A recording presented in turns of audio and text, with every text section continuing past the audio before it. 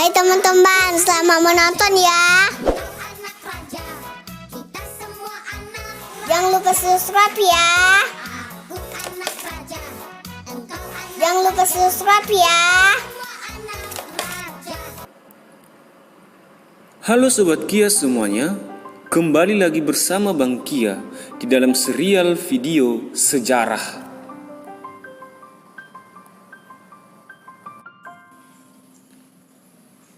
Bang Kia mengingat di waktu masa SMA, di dalam pelajaran sejarah mengatakan, jas merah jangan sekali-sekali melupakan sejarah.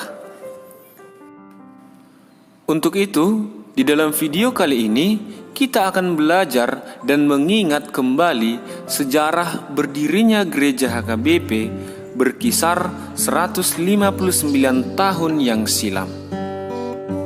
Maka dari itu, kita akan memasuki video pembelajaran sejarah tersebut. Maka siapkan hati dan pikiran Sobat Kia semuanya agar kita dapat menangkap dan mengingat dan mengenang kembali sejarah berdirinya gereja HKBP melalui utusan-utusan Tuhan. Gereja HKBP Huria, Kristen, Batak, Protestan. Sesuai dengan namanya, Batak, gereja ini bertumbuh di tanah Batak dan sampai saat ini mayoritas adalah suku Batak. Kemudian dari nama Protestan menggambarkan bahwasanya dogmatika atau ajaran yang dianut oleh gereja HKBP adalah aliran Protestanisme yang dibawa oleh Martin Luther. Nah, Sobat Kia semuanya, seharusnya kita bangga mendengarkan bahwasanya gereja HKBP adalah organisasi keagamaan terbesar ketiga di Indonesia. Hal itu karena berkat Tuhan yang selalu menyertai firman yang harus diberitakan. Baiklah, kita lanjut ceritanya. Jika Sobat Kia semua pernah mengingat atau mendengar bahwasanya gereja HKBP berdiri pada 7 Oktober 1861, itu benar. Gereja HKBP berdiri pada 7 Oktober 1861. Dan di dalam kisah inilah kita akan berangkat untuk mengingat, mengetahui dan mengenang kembali sejarah berdirinya gereja HKBP. Karena pada tanggal ini merupakan sejarah terbaik yang harus selalu dikenang oleh seluruh jemaat gereja HKBP. Setelah proses panjang yang dilakukan oleh para misionaris untuk penginjilan di tanah Batak, sudah banyak menghasilkan bibit-bibit munculnya kekristenan di tanah Batak. Namun, pada tanggal 7 Oktober 1861 adalah titik sebutan berdirinya gereja HKBP di tanah Batak. Dan inilah yang akan kita lihat para pendiri gereja tersebut yang disebut para misionaris. Eporus HKBP, Pendeta Dr. Darwin Lumban Tobing, dalam sebuah tulisannya mengatakan, di dalam tradisi dan kehidupan gereja di seluruh dunia, ada 3 cara menentukan hari lahir suatu gereja. Yang pertama, ditetapkan berdasarkan tanggal ibadah minggu yang pertama dilakukan. Yang kedua, ditetapkan berdasarkan tanggal pelaksanaan baptisan yang pertama dilakukan. Dan yang ketiga, ditetapkan berdasarkan tanggal rapat atau sinode yang pertama dilakukan. Dari 3 tata cara di atas tersebut, maka HKBP menetapkan pemilihan tanggal berdirinya gereja ini adalah pada tata cara yang ketiga, yaitu ditetapkan berdasarkan tanggal rapat atau sinode yang pertama dilakukan di gereja HKBP. Para misionaris melakukan perundingan yang sangat luar biasa pada saat itu dengan topik pembicaraan bagaimana firman Tuhan agar tersebar ke seluruh tanah Batak. Maka para misionaris memutuskan satu kesepakatan untuk melakukan persebaran penginjilan. Adapun para misionaris tersebut adalah yang pertama, Pendeta Karl Wilhelm Heine. Kedua, Karl Johann Klamer. Ketiga, Pendeta Friedrich Wilhelm Betz. Keempat, Gerrit van Asselt, atau sebutan nama mereka yang biasanya adalah Heine, Klamer, Betz, dan van Asselt. Mereka mengadakan rapat pertama tersebut di Sipirok. Seperti yang sudah dikatakan di atas tadi, rapat itu menetapkan orientasi wilayah dan perluasan daerah penginjilan. Sobat Kia semuanya, jika kita memperhatikan dengan baik sampai pada masa ini, hasil dari persebaran penginjilan tersebut sangat menentukan berkembangnya kekristenan. Oleh karena hal itulah, gereja HKBP disebut lahir pada 7 Oktober 1861.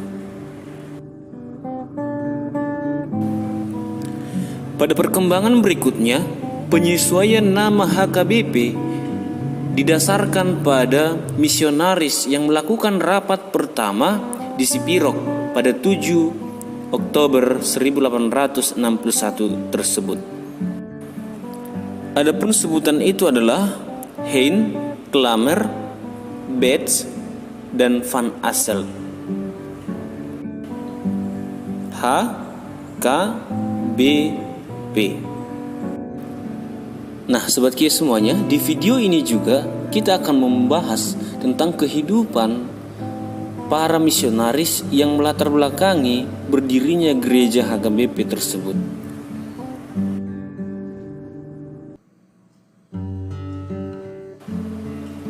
Misionaris Karl Wilhelm Heine.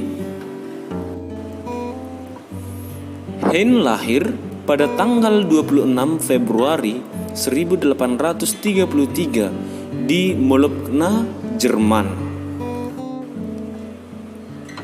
Menikah dengan Therese Barum pada tanggal 21 Januari 1866.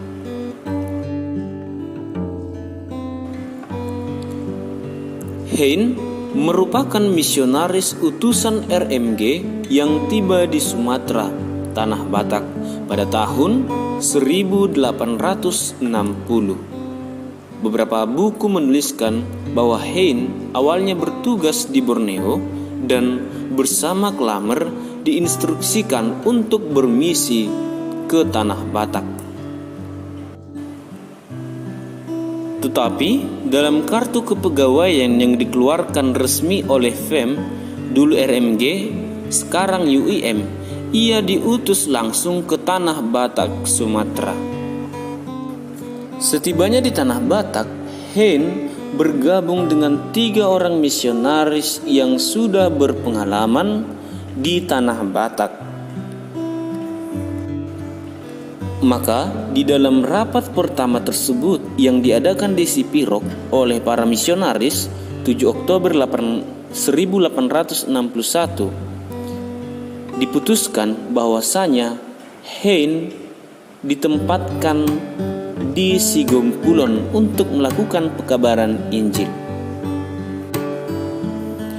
Di Sigompulon, Heine berhasil membentuk pos penginjilan dan sekaligus mendirikan jemaat atau gereja HKBP Sigompulon tahun 1862. Dan di tahun yang sama, van Asselt mendirikan jemaat Pangaloan. Pelayanannya dan keharuman nama Hein sangat dikagumi di Sigompulon. Hingga saat ini, pelayanan yang dilakukan oleh Hein menjadikan dia seorang tokoh yang sangat dikenal dan tidak bisa dilupakan atau diabaikan oleh hati warga Sigompulon. HKBP Sigompulon berada di Pahai Julu, Kabupaten Tapanuli Utara, Sumatera Utara. Hein wafat pada tanggal 6 Februari 1897. Demikianlah riwayat daripada Karl Wilhelm Hein di dalam penginjilannya yang dilakukan di tanah Batak. Kemudian misionaris Karl Johann Klamer. Klamer lahir tanggal 19 November 1826 di Wesel, Jerman, dan menikah dengan Henriette Brandt pada tanggal 4 April 1861. Sebelum Klamer diutus untuk menginjil di tanah Batak, dia sudah terlebih dahulu menjadi misionaris di Borneo. Ia tiba di Borneo pada tahun 1855 dan menginjili suku Dayak Ma'anyan di daerah Tamiang Layang, Kalimantan Tengah dalam kurun waktu pada tahun 1857 sampai 1859.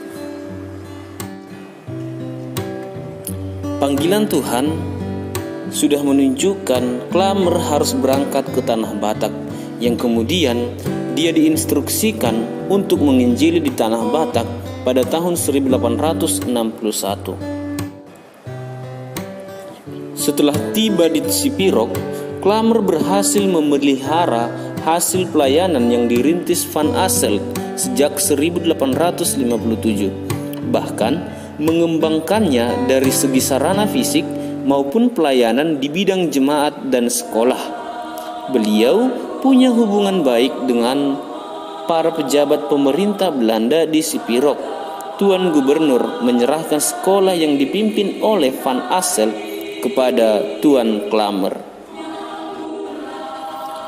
Kecintaannya terhadap suatu kemajuan kepada seluruh jemaat diwujud nyatakannya melalui Klamer menyuruh anak-anak sekolah datang ke rumahnya sebagai ruangan sekolah, menunggu terbentuknya sekolah yang layak pakai dengan ruangan yang lebih besar. Menurut sumber yang didapat Berich RMG, di sana dikatakan bahwasanya Klamer berniat untuk mendirikan sekolah yang layak dengan ruangan yang cukup luas untuk menampung anak-anak supaya mendapatkan pelajaran yang lebih baik. Permohonan itu disampaikan kepada pimpinan RMG di Wuppertal, Jerman. Pelayanan yang dilakukan oleh Klamer sangat berpusat pada pendidikan, perkembangan pengetahuan seluruh jemaat. Pengembangan di bidang spiritual juga termaksud bagian satu hal terpenting di dalam misi pelayanan Klamer. Pada tahun 1864, gedung gereja pertama di Sipirok telah selesai dibangun oleh Klamer. Pembangunan pendidikan dan pembangunan fisik gereja merupakan tembusan utama daripada Klamer, dan hal itu sangat mempengaruhi perkembangan kekristenan hingga pada saat ini di wilayah itu dan juga kepada persebaran seluruh kekristenan. Di masa pelayanan Klamer, dia berhasil membaptis jemaat pertama di Sipirok, yakni Thomas Siregar, Philippus Huta Barat, dan Johannes Huta Barat. pada tanggal 25 Desember 1864. Setelah pelayanan yang memuaskan yang dilakukan oleh Klamer, pada tanggal 23 Februari 1919 di Geseke, Jerman, Klamer menghembuskan nafas terakhirnya. Jangan lupa subscribe ya. Jangan lupa subscribe ya.